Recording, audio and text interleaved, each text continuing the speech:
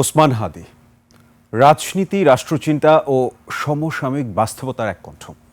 বাংলাদেশের রাজনীতিতে এমন কিছু নাম আছে যারা ক্ষমতার চেয়েও বক্তব্যের জন্য পরিচিত, যারা শুধু রাজপথ নয়, আলোচনার টেবিলেও সক্রিয়।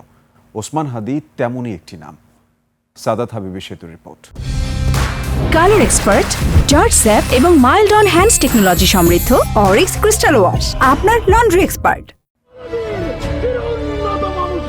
ওসমান হাদির রাজনৈতিক পথ চলা শুরু ছাত্রজীবন থেকেই। 1993 সালে ঝালকাঠি জেলার নলছটি উপজেলা থেকে উঠে আসা মাত্র 31 বছর বয়সী হাদি শিক্ষা প্রতিষ্ঠানের গণ্ডি পেরিয়ে ধীরে ধীরে যুক্ত হন বৃহত্তর রাজনৈতিক আন্দোলনে।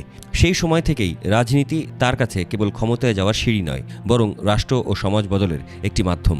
71-এ এত ত্যাগের বিনিময়ে আমরা একটা স্বাধীনতা এনেছিলাম। আওয়ামী লীগ এবং ভারত আমাদের সেই স্বাধীনতাকে দখল করেছে। সংগঠক হিসেবে ওসমান হাদি পরিচিত ছিলেন শৃঙ্খলা আর কৌশলের জন্য। রাজনৈতিক কর্মসূচি বাস্তবায়নে মাঠ পর্যায়ে সক্রিয় থাকার পাশাপাশি তিনি গুরুত্ব দিয়েছেন নীতি ও আদর্শের প্রশ্নে। গণতন্ত্র, মত প্রকাশের স্বাধীনতা এবং নাগরিক অধিকার, এই বিষয়গুলো তার রাজনৈতিক বক্তব্যের কেন্দ্রে ছিল বরাবরই। নিজে দিল্লি, ছেলে আমেরিকা, মেয়ে লন্ডন, এখানে বসে এই যে গরিব মানুষগুলোরে মার খাওয়া হইতেছে। সময়ের সঙ্গে সঙ্গে ওসমান হাদি নিজেকে প্রতিষ্ঠিত করেন একজন বিশ্লেষণধর্মী রাজনৈতিক কণ্ঠ হিসেবে। নির্বাচনী ব্যবস্থা, সাংবিধানিক প্রতিষ্ঠান, দুর্নীতি ও প্রশাসনিক জবাবদিহিতা, এ ধরনের সংবেদনশীল ইস্যুতে তার মন্তব্য প্রায় আলোচনা জন্ম দিয়েছে। ছাত্রলীগ বা আওয়ামী লীগের সাথে যদি সাপোর্টেজ করতে চায়, সেই দায় সরকারকেই নিতে হবে।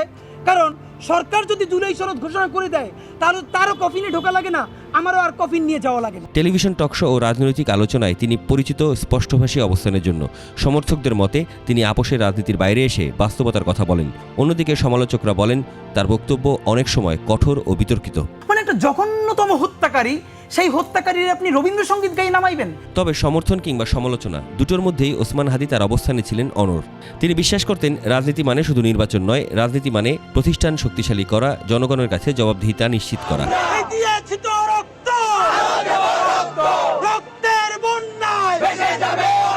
তরুণদের রাজনীতিতে সম্পৃক্ত করার প্রশ্নে ওসমান হাদি বরাবরই সোচ্চার। তার মতে ভবিষ্যৎ নেতৃত্ব তৈরি না হলে রাষ্ট্র কাঠামো দুর্বল হয়ে পড়ে।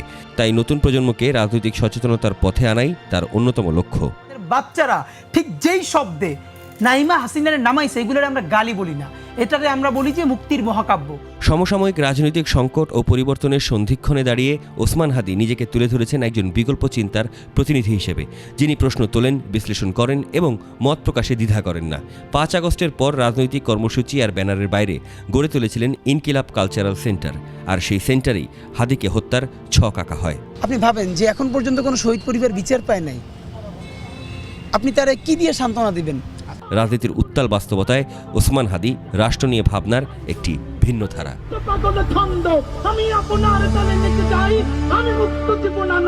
সাদাত হাবিবি সেতু, 21 টেলিভিশন, ঢাকা।